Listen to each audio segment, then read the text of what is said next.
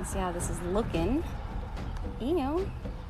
Happy Sunday. Today's your soul day. Happy soul day. Give your energy to yourselves, right? Don't give it away on your soul day. Happy soul day. What's up, Ace? What up? We're gonna talk about and I put it in when it asks you the title of the video, I put the blog post link in the description. In the that little spot, so you guys can see the spiritual warriors journey post. There were some channels that came through that were official, for real. Let me just want to check and make sure this shit doesn't look. It actually looks really good. So this is exciting. Let's talk about this today. So the spiritual warrior's journey, there are bits and pieces. And what's up? What's happening, soul family? We in the building today, huh? Heavy. Spend some time with your soul today, because it's your soul day. It's your solar day. Y'all know as soon as I start talking, my block gets loud. If I'm outside, every time, never fails. The block gets loud. So in mythology, there are aspects. Now, we understand mythology as certain archetypes and as giving a multi-dimensional sort of message, right? That's what mythology does. It gives us information on many levels. Whew, should drink more water. Oh, this coffee's too hot. I gotta let it cool off a little bit. So I went into certain mythologies. Oh, Jessica K's in the building. What's up? What's happening? If y'all are not clicked in with her, you should be. Hey, girl.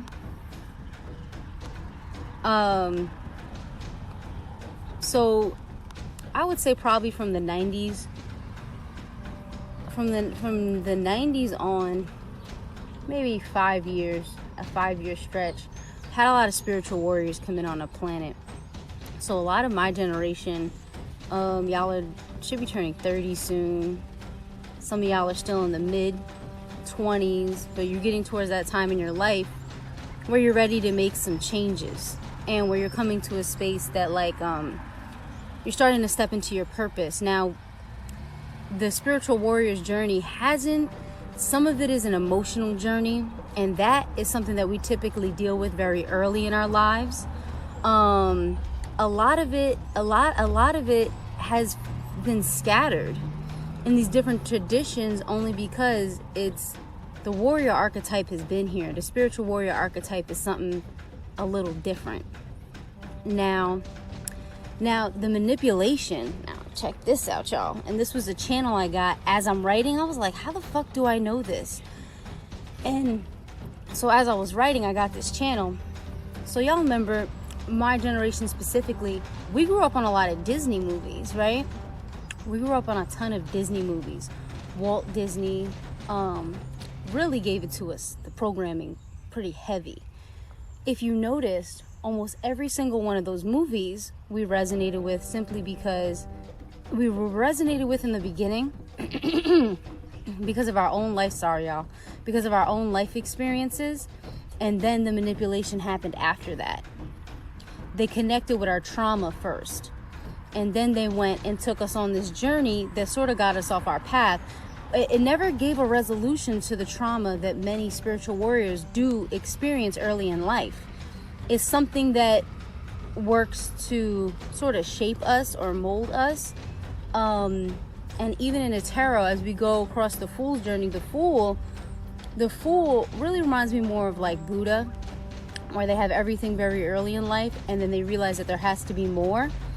That's not exactly that's more of a sage, but that's not exactly a spiritual warrior's journey, because a spiritual warrior will experience the trauma actually first, and that's never spoken about. So Walt Disney, what he did to us was connect with our trauma, right? In the beginning of his movie, the character always doesn't have parents, loses one of their parents, is separated. Somehow they're always separated from either the mother or the father, or both. You know, they die. The Lion King, what happened? A dude's father died. Then the uncle takes over and shit gets fucked up from there, right? So there, but we're never given a resolution to the purpose of our suffering. And that's something that I had wanted to speak on, because I'm like, damn, we were never given, and this is why so many of us will end up being off our paths, right? That's why so many of us will end up not understanding what's happening to us, or why we went through what we went through. But we're going to clarify that today. So this is a unique structure, a unique archetypal story. So we went through, I'm just going to go through all right, so we're going to talk first about the Fool's Journey. Now, later times, they gotten a little better with this, because like Wolverine, the Batman movies, the cartoons, yeah, because the cartoon Batman, you remember, had trauma early in his life too. But the Batman movies were really, really good for spiritual warriors to sort of understand how all that pain transforms you into this amazing being who has purpose, or who creates their purpose in the world. And that's really an aspect that comes up. Wolverine, a lot of us will resonate with, because it's like, damn, all that pain that he goes through, and it's more of that emotional journey happens first for the spiritual warrior, so that the emotional, what's up, Josette? The emotional journey happens first for the spiritual warrior in order to make them emotionally sound and balanced. Now, if y'all understand, Panic just dropped a video on this, and that shit was thorough, finally explaining what archons and all that are.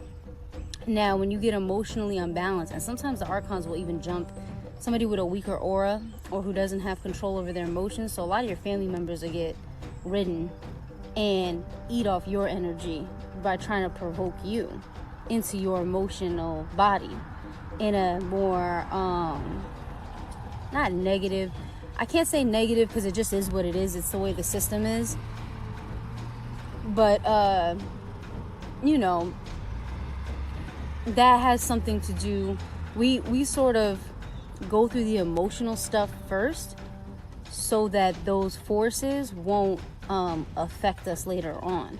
Because if we go through the emotional stuff and have resolution, we learn to keep our heart light as a feather. We're the people that nothing seems to bother us, because we don't went through so much that now nothing really could bother us. We're just like, well, you know, that's how shit be sometimes, whatever.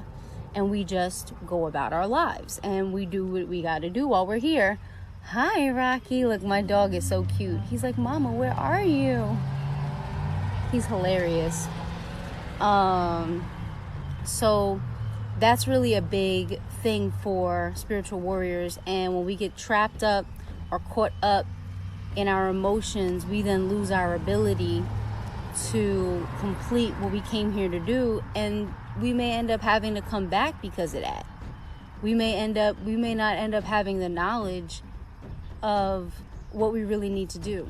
Now, while sometimes simultaneously, or sometimes the early on trauma will force a lot of us to be more hermits.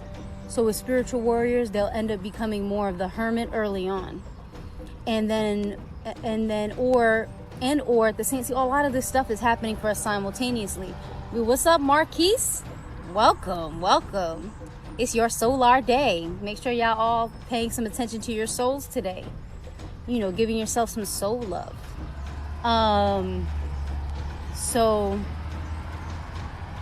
So what ends up happening with the spiritual warrior is that due to the trauma, you get forced in a hermit mode, and that hermit mode will actually put you into a space where now you're going to be working on your abilities. So you might start studying magic, you might start studying witchcraft, you might start studying mythology. You all of a sudden will be you might start spending a lot of time in nature just to get away from your family. You might start spending a lot of time in the streets and sort of just seeing the way people move, and but you're quiet. You know what I'm saying? When you were a kid, you were not shy, but you were probably more quiet, or you kept more to yourself. You know what I'm saying? A lot of spiritual warriors go through that process. And a lot of times before you really have the space to process the emotional trauma, the trauma itself will serve a purpose to put you into a space where you are by yourself to learn your abilities. And you're just learning. You still don't know the purpose yet. Now, when you start re-emerging from that space, you know, you came across, now you've learned the magician. Now you've learned the high priestess. That's what I mean by it's a little different from the fool's journey, because the spiritual warrior, the cards are a little more all over the place. For us, they're a little different. It's a little bit of a different trajectory. And I started noticing this pattern in my own life. And then other spiritual warriors I came across, I started noticing the pattern with them too.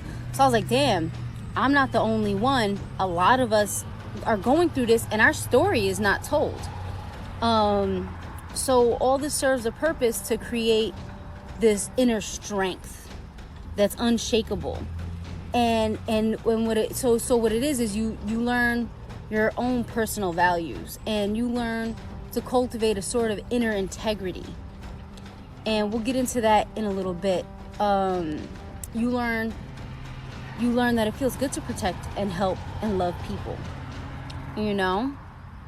But that also comes later, because as the spiritual warriors on their path, there's going to be a space where they feel kind of lost. And a lot of us came in, we so wise that we're questioning what the fuck is the purpose of all this shit very early on. Like, I remember when I was, I don't know, man, maybe I was 13, 14. I had a month that I wouldn't go to sleep right away, a whole month. And I would question, like, death, like, what is death? And every night I would turn off all the lights, and I would just question what is death over and over again until I reached a resolution within myself.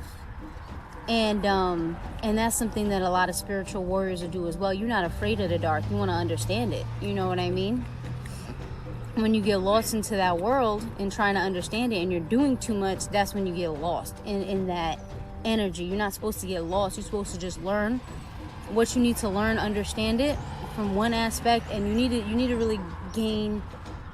We're here to really gain multiple perspectives and to learn how to understand different individuals, which is a lot of spiritual warriors may get caught in a certain frequency, especially when you don't resolve the emotional trauma. If anybody needs help with their emotional trauma, y'all know who to hit up. Hit me up. We'll do a session. We'll work through some things. So now let's get into the mythologies. Now the fool's journey. Sorry guys, I really should have brought some water out. So the fool's journey I kind of got into first, because the fool's journey very eloquently is more of an emotional journey, and it's sort of learning your own inner world and your emotions, and sort of creating that mastery of your emotions. Now the story of Heru, or Horus, now a lot of people call him Horus, his name's Heru, is really the Christ story, is really the story of Hercules. Hercules is a little different, but Christ story and Hercules story all have roots sort of in the Heru mythology. And then even the Krishna story is almost exactly the same to the Heru mythology. So the Heru mythology, he ends up, and Krishna is paralleling this, where they lose their parents early in life, right? In the Heru mythology, he ends up being separated from his parents and is raised as an orphan. I don't think I looked up why though. But the first thing that happens then after that is he gets initiated into the magic system. So through the trauma, he learns the magic, and then he rises, and then he learns the power of magic and transmutation, because he gains the ability to turn himself into a winged disc, like this beautiful golden disc. And then he slays Set with that disc. So that power of transmutation, and we could look at Set as our humanity, as our lower selves, as our ego, and we're basically telling it that it no longer, that aspect, that humanity, we're rising into our titanhood, and we're telling our humanity that we are no longer serving it. We're now serving our higher selves, our true selves, through mythologies such as that.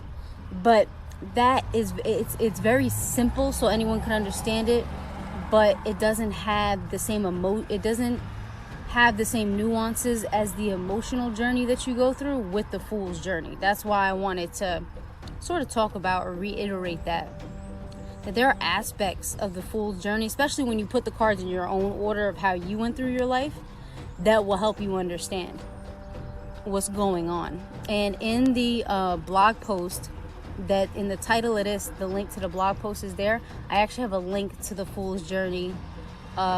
This great website went through all the cards, and they just did a really nice job.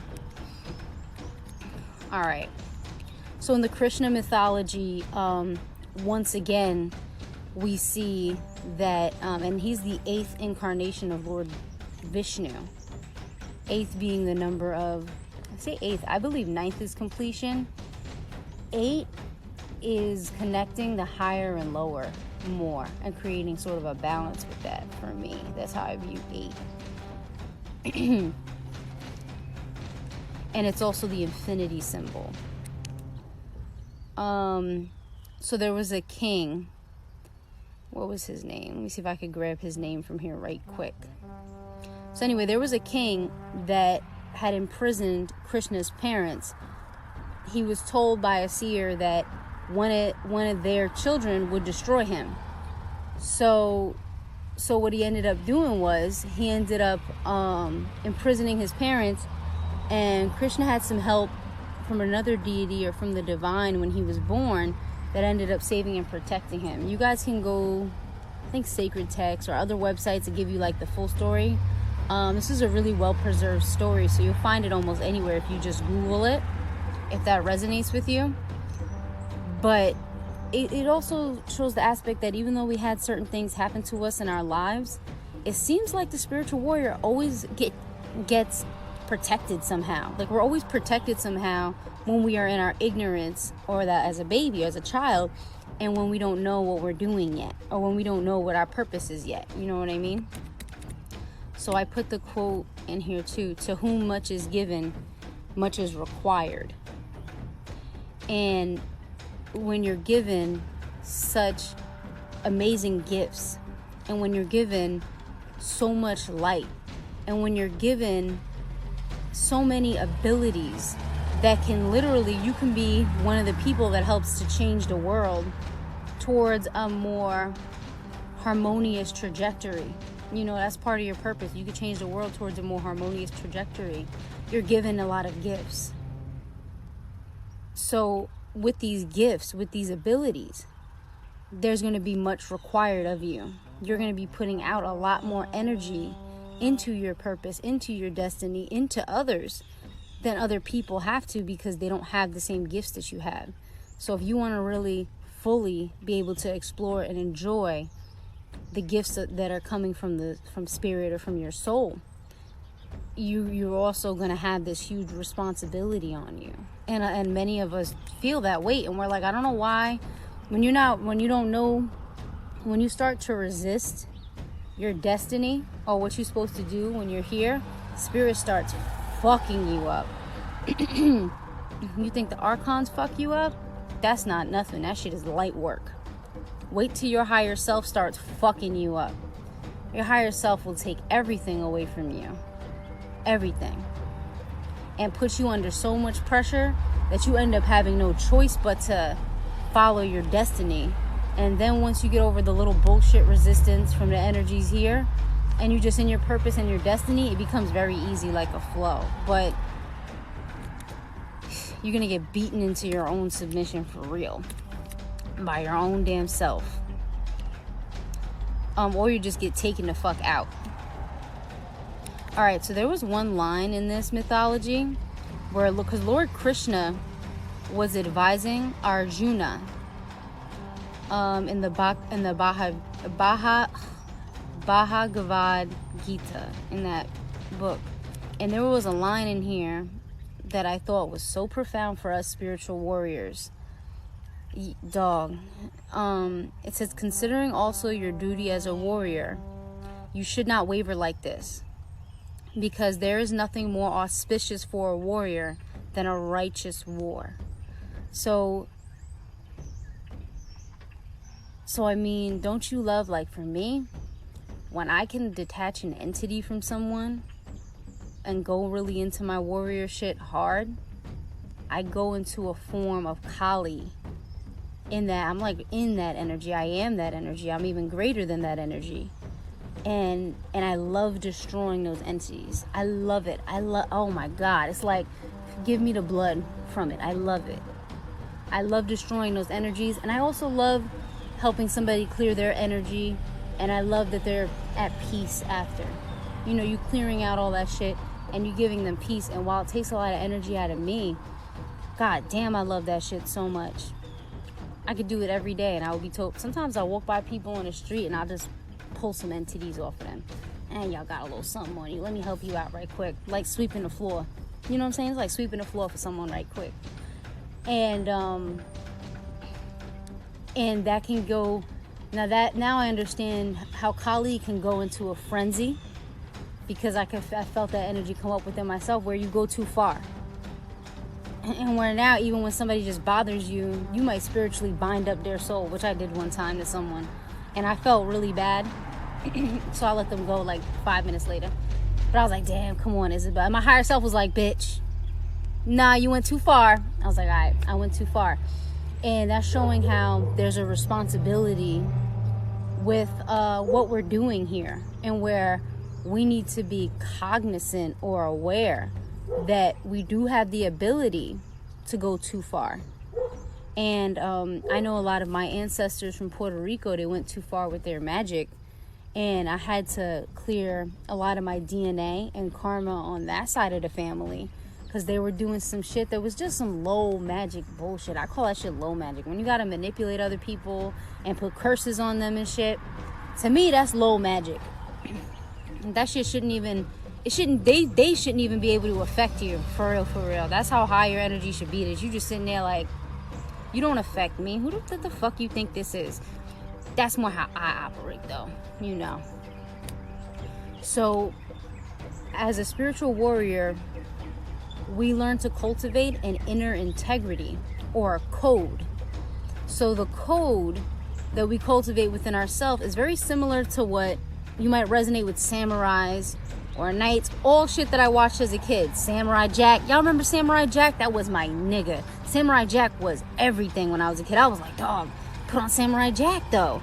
Or you would watch all those knight movies, or you know, just the honor and the code and this and that. So that resonates with the spiritual warrior, because we actually have to learn a sort of discipline in our integrity. But it's something that's very intrinsic, that we are not forcing our discipline. We are not forcing our discipline upon anyone. We actually are imposing it upon ourselves to make ourselves more righteous. And with other people, Joseph is on it. He was like, yes, Samurai Jack, son. Yo, Samurai Jack was everything when we was kids. Come home from school, throw your book bag. Yo, put on order, Power Rangers. All right, we're going to stop. We're having some walks down memory lanes.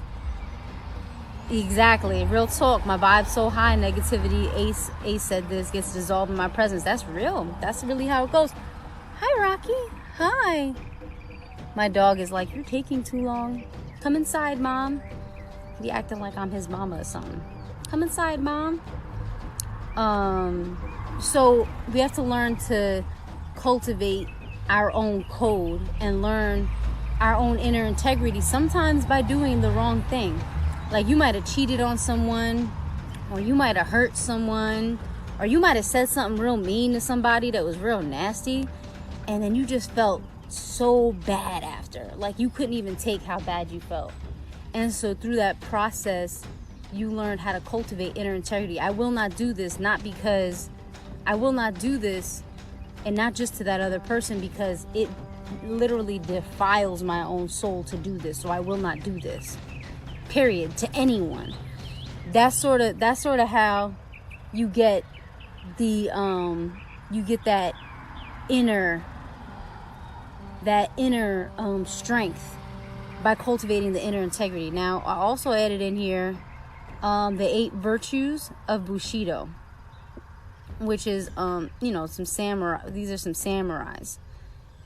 And justice, courage, compassion, respect, integrity, honor, loyalty, self-control.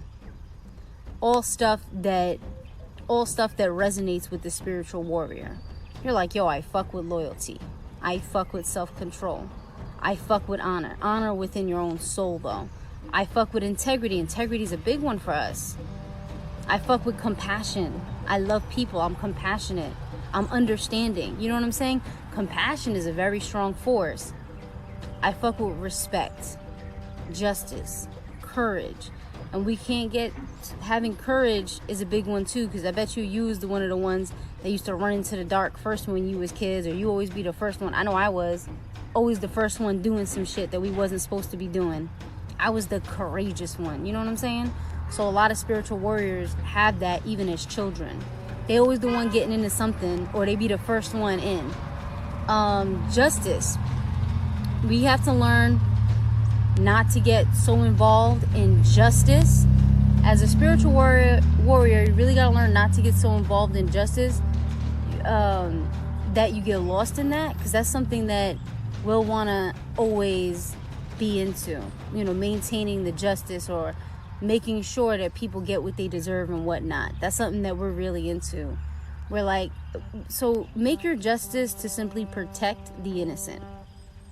And by innocent, I mean innocent souls who are getting their energy fed off of by other energies and entities, and then helping to teach those souls that they have a greater purpose, that they are more than just their body, that they can learn to protect themselves.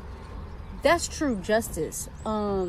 That way you also won't have to always be out here fighting for everyone. Now they have the information. Now they know. Now more people are able to arm themselves. And now y'all can work as individuals, each working within their purpose for a sort of collective consciousness that creates a more harmonious reality for everyone involved. That's how you do it. But yeah, that's the spiritual warrior's sort of journey. And that's how we sort of, we are going to go through a lot of trauma. Because to whom much is given, much is required. You think that money is the most valuable thing in the world. But then money is just little pieces of paper that don't have any intrinsic value. Money is not the most valuable thing in the world. You are. The magnetism that you can produce is valuable.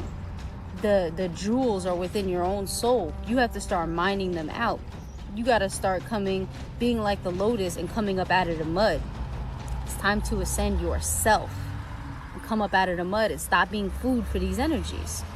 All right, y'all. So that's the spiritual warrior's journey.